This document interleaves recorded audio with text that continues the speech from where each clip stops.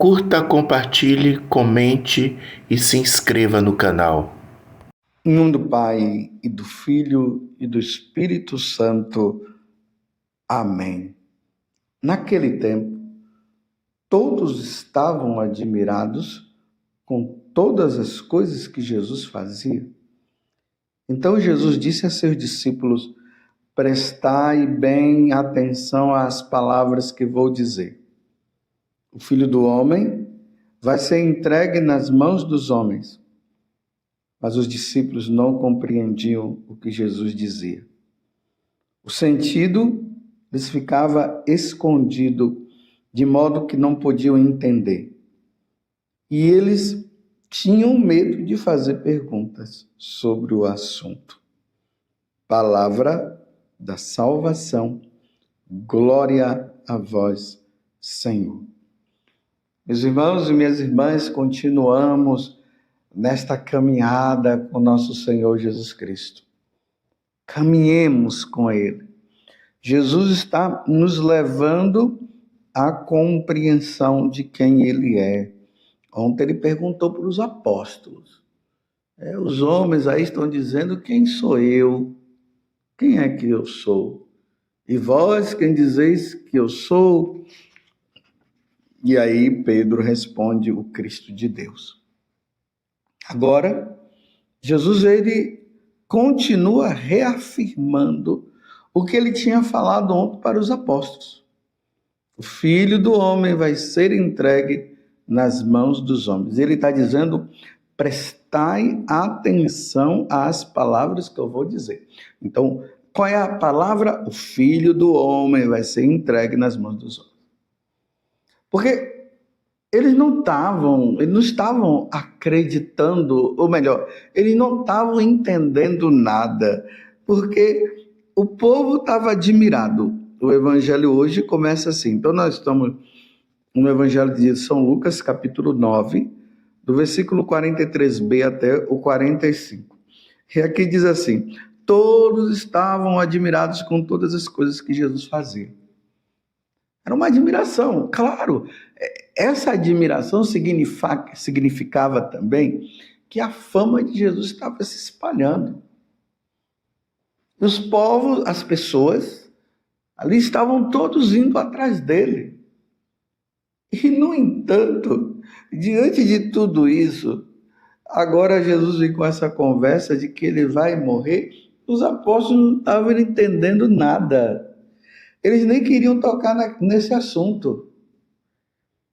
Como que Jesus iria morrer se a fama dele estava crescendo? Mas eles não estavam entendendo também que os herodianos, os fariseus, os doutores da lei já estavam ali planejando de matar Jesus. Vocês se lembram que quando Jesus entrou lá na sinagoga, ele curou um homem de mão seca? E ali vai dizer que as autoridades tomaram a decisão naquele momento de matar Jesus? Lembram-se quando Jesus foi passando ali no meio dos trigais e começou a colher aqueles trigos no sábado? Eles começaram a dizer para Jesus que não podiam fazer aquilo do dia de sábado. Então, as autoridades estavam querendo matá-lo. Então, Jesus já estava começando a dizer para eles: o Filho do Homem vai ser entregue nas mãos dos homens. E ontem ele havia dito isso, quando ele perguntou para os apóstolos, no dizer do povo quem era ele. E Jesus começou a dizer isso. Ele ia ser entregue nas mãos dos homens. Eles iriam matá-lo, mas ao terceiro dia ele iria ressuscitar. Mas como os apóstolos não estavam compreendendo, Jesus agora fala para eles, prestai atenção às palavras que eu vou dizer, prestem atenção. Eu estou dizendo para vocês e vocês não querem compreender. O Filho do Homem vai ser entregue nas mãos dos homens. Mas os discípulos não compreenderam. compreendiam o que Jesus dizia. Era para eles compreenderem, sabe por quê? Porque já os profetas falavam isso. Então, uma vez que Pedro já diz que ele é o Messias, que ele é o Cristo, o Filho de Deus, então eles tinham que olhar lá para o Antigo Testamento e ver que o profeta Isaías lá havia falado no capítulo 53 que ele ia ser morto. Os outros profetas também falavam, Jeremias também já estava falando sobre a morte de nosso Senhor, e assim por diante. Então, eles não conseguiram fazer essa passagem. Aí, quando Jesus ressuscita, lá no capítulo 24 de São Lucas, vocês vão ver também. Ali ele conversando com os discípulos de Emaús, que estavam voltando entristecidos porque Jesus havia morrido, e Jesus chama a atenção deles. E eles vão conhecer Jesus ao partir do pão. E depois Jesus aparece para os 11, porque Judas havia se suicidado, então só estavam os 11, e Jesus apareceu para eles. E ali Jesus chama a atenção deles e diz: olha, vocês não se lembram que os profetas já falavam sobre mim? E assim como ele falou para os discípulos de Emaús, ele falou também para os apóstolos ali. E lá no capítulo 16 do Evangelho de São Marcos, nós vemos também Jesus chamando a atenção com severidade, porque as mulheres foram dizer que Jesus havia ressuscitado e eles não acreditaram. Aí Jesus chama a atenção: vocês não sabiam? Lá já falavam de mim. Então Jesus está mostrando agora para os apóstolos, depois de um tempo aí de ensinamento que ele tinha feito, andou sobre as águas, transformou a água em vinho, mostrando a divindade dele. Agora ele está mostrando para os apóstolos que ele vai morrer. Mas eles não queriam, não entendiam e não queriam tocar no assunto. Mas o que é que isso tem de ensinamento para nós? Bem, nós precisamos entender, meus irmãos, que o Deus que nós adoramos e nós seguimos é esse que foi entregue nas mãos dos homens e que sofreu para nos salvar. E que já os profetas no Antigo Testamento já falavam dessa morte que ele iria passar para nos redimir. E Jesus também vai dizer que ele veio para fazer a vontade do Pai. E a vontade do Pai é essa, que ele se entregue. Aí no Evangelho de São João, no capítulo 3, ali na conversa de Jesus com Nicodemos, Jesus fala que Deus amou tanto o mundo que entregou o seu Filho. E como que ele entregou o seu Filho? Morrendo na cruz. Então, nós, católicos, precisamos compreender, e isso precisa ficar mais evidente na nossa vida, que o Deus que nós adoramos, ele morreu na cruz, ele foi crucificado. E ao terceiro dia ele ressuscitou. É um Deus único em três pessoas, o Pai, o Filho e o Espírito Santo, e que o Pai enviou a segunda pessoa da Santíssima Trindade para que morresse na cruz por nós. E morrendo na cruz por nós, ele nos redimisse do pecado que Adão e Eva caíram, que foi o da desobediência a Deus, através da serpente maligna, que é o diabo, que é Satanás, que é o dragão, a antiga serpente e tudo isso.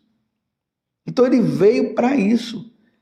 Então, para nós dizermos eu creio em Deus, nós precisamos entender que nós cremos em um único Deus, em três pessoas, o Pai, o Filho e o Espírito Santo, e que a segunda pessoa da Santíssima Trindade desceu do céu e se encarnou no seio da Virgem Maria.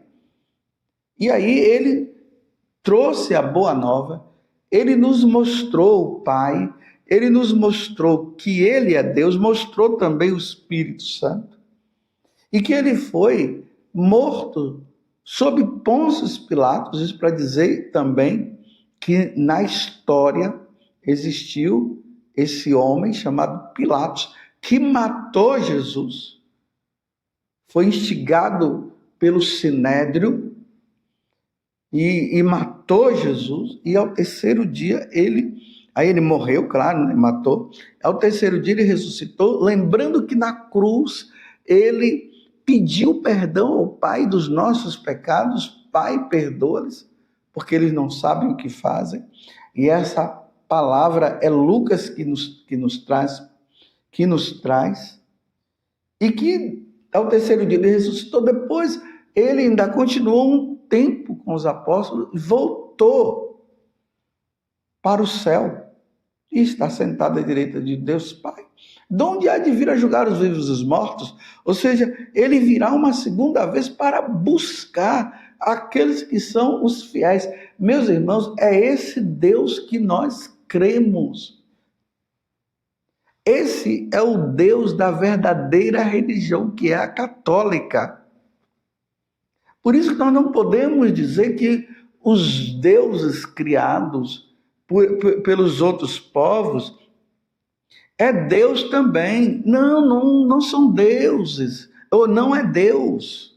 Primeiro que são deuses, eles chamam de deuses. E nós cremos em um único Deus. Deuteronômio 6, versículo, ali, a partir do capítulo 6, vai falar: ouve, Israel, amarás o Senhor teu Deus de todo o teu coração. É esse Deus que nós adoramos. É o Deus de Abraão, é o Deus de Isaac e é o Deus de Jacó. É nele que nós dedicamos a nossa vida. Aquilo que Santo Inácio de Loyola diz, que nós somos criados para reverenciar, amar, adorar, glorificar a Deus. É esse Deus. É esse Deus que na pessoa de Jesus Cristo, ele morreu, ele foi morto pelos homens para redimir, para nos redimir, para nos dar salvação, para abrir a porta do céu. Ele veio e venceu Satanás na cruz. Ele abriu as portas do céu e venceu o pecado. Você está compreendendo? Porque senão nós vamos agora ficar confundidos e achando que todos os outros deuses é esse Deus. Não é. Os outros deuses não são. Os deuses dos africanos não é o Deus de Abraão e o Deus de Isaac e o Deus de Jacó. O Deus lá dos gregos não é o Deus de nosso Senhor Jesus Cristo.